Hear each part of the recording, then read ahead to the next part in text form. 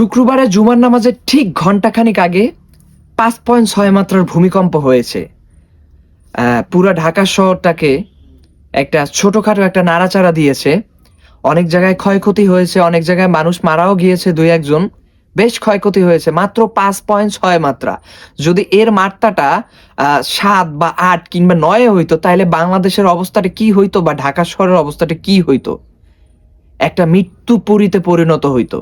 কুরআনের ভিতরে সামুদ জাতির কথা উল্লেখ করা আছে এবং তাদের ধ্বংসের কথা সেখানে বলা আছে বা বর্ণনা করা আছে যে সামুদ জাতি তারা এতটাই শক্তিশালী একটা জাতি ছিল এবং তারা আসলে সৃষ্টিকর্তাকে তারা মানতই না। তারাই মনে করতো তারা পরাক্রম শক্তিশালী এবং তাদের দশা এমন হয়েছে তাদেরকে মাটির সাথে একদম মিশায় দিছে, ধসায় দিছে। ভূমিকম্প বা কোনো মহামারী এগুলো আল্লাহর গজব হিসেবে দুনিয়ায় পতিত হয় যখন মানুষ তার যে মনে করেন যে আল্লাহর যে আইন আছে সেই আইনের বিরুদ্ধে আচরণ করে, সীমা লঙ্ঘন করে, রেড লাইন ক্রস করে বারবার, ঠিক আছে? তখনই এই আজাব আর গজবগুলা মানুষের উপরে আশ্রে পড়ে, আল্লাহ দেয়। আমরা যখন ক্ষমতা পাই, এই যে একটা ক্ষমতার যে একটা বলয় যে ক্ষমতা পাইলে আমরা সেই ক্ষমতার মনে করেন যে একটা মহলে বসে, প্রাসাদে বসে আমরা নিজেকে বিরাট বড় শক্তিশালী মনে করি, বিরাট বড় পাওয়ারফুল মনে করি।